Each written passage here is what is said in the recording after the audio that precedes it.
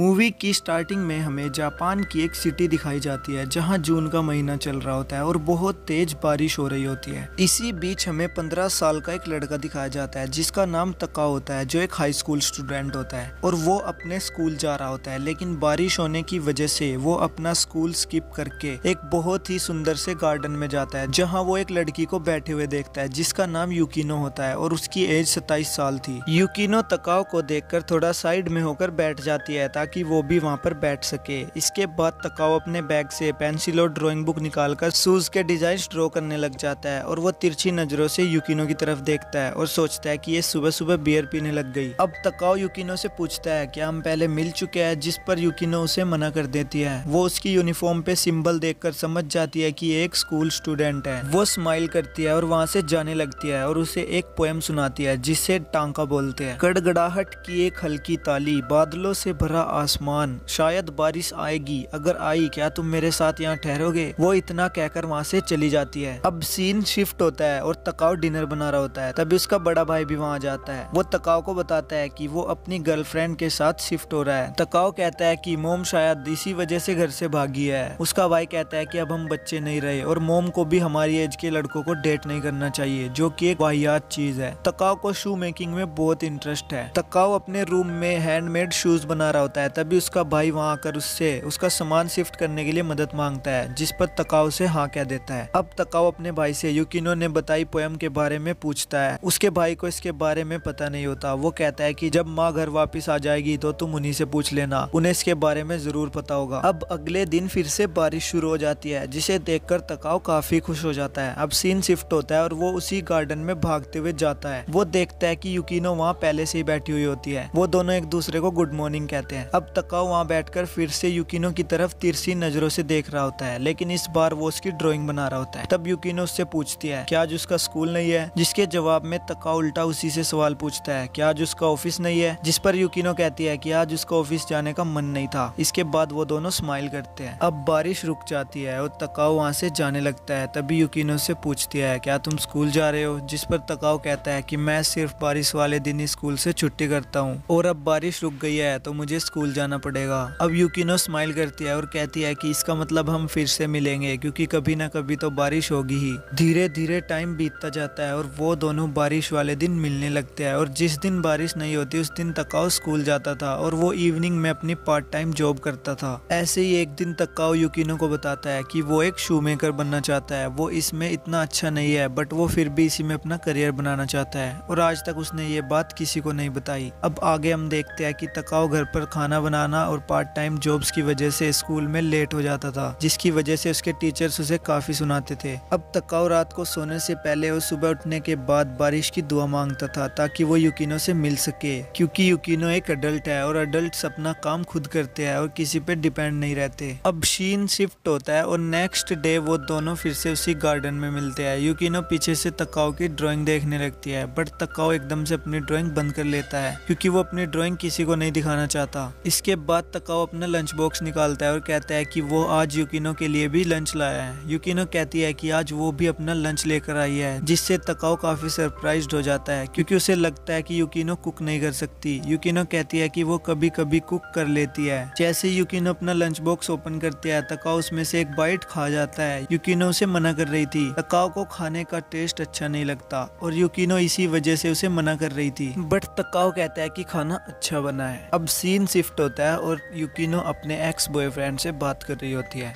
इन दोनों की बातों से हमें पता चलता है कि यूकिनो को टेस्ट डिसऑर्डर नाम की बीमारी है, जिसकी वजह से उसे खाने का टेस्ट प्रॉपर पता नहीं चलता। यूकिनो ने काफी पहले अपनी जॉब छोड़ दी, बस उसका रिजाइनेशन देना बाकी है। उसका एक्स उसे कहता है कि मैं रिजाइनेशन की सारी फॉर्मेलिटीज पूरी कर दूंगा, तुम बस आकर साइन कर देना। यहाँ हमें ये भी पता चलता है कि यूकिनो ने अपनी जॉब इसलिए छोड़ी थी क्योंकि वहाँ पर सब उसके और उसके बीएफ के बारे में बातें बनाते थे। अब नेक्स्ट डे हम तकाओ और यूकिनो को गार्डन में देखते हैं। यूकिनो तकाओ को एक हैंडमेड शूज बनाने वाली बुक गिफ्ट में देती है, जिसे देखकर तकाओ खुश हो जाता है क्योंकि ये बुक काफी महंगी लग रही थी। इस बुक की हेल्प से वो हैंडमेड शूज आसानी से बना सकता है। अब वो यूकिनो से कहता है कि वो एक लड़की के शूज बना रहा है बट वो शेप और साइज को नहीं समझ पा रहा है। ये सुनकर यूकिनो खुश हो जाती है और वो अपने पैर के जूते निकालकर अपने पैर आगे करती है ताकि वो उसके पैरों को मेजर कर सके और उसके लिए शूज बना सके। अब तकाओ उसके पैरों का नाप लेता है। वो दोनों दोनों ही काफी खुश होते हैं। तभी युकिनो तकाओ से बोलती है कि उसे पता भी नहीं चला कि वो कब चलना भूल गई, जिस पे तकाओ उससे पूछता है कि क्या वो अपनी जॉब के बारे में बात कर रही है। युकिनो हाँ बोलती है और कहती है कि वो जॉब के साथ साथ कई चीजों के बारे में बात कर रही है। तकाओ को लगता है कि युकिनो कितनी अजीब है। उसके बाद अगले दिन से बारिश होना बंद हो जाती है और कई दिनों तक आसमान एकदम साफ रहता है। युकिनो सोचती है कि चलो अब तकाओ अपने स्कूल जा रहा होगा, बट वो ये प्रे भी कर रही होती है कि बारिश कभी ना रुके। अब हम देखते हैं कि तकाओ अपने भाई की सामान शिफ्ट करने में हेल्प कर रहा होता है। तकाओ अब वहाँ से चला जाता है। तब उसका भाई अपनी गर्लफ्रेंड को बताता है कि तकाओ शूज बनाने का काम करता है, जिसे सुनकर उसकी जीएफ खुश हो जाती है और कहती है कि ये बस उसका शौक है, क्योंकि वो इसमें अपना करियर नहीं बना सकता। जल्दी उसे ये बात रियलाइज भी हो जाएगी। इसके बाद अब समर वैकेशन शुरू हो जाती है और तकाओ अब ज्यादा पार्ट टाइम जॉब करने लग जाता है ताकि वो अपने शू मेकिंग के लिए सामान खरीद सके।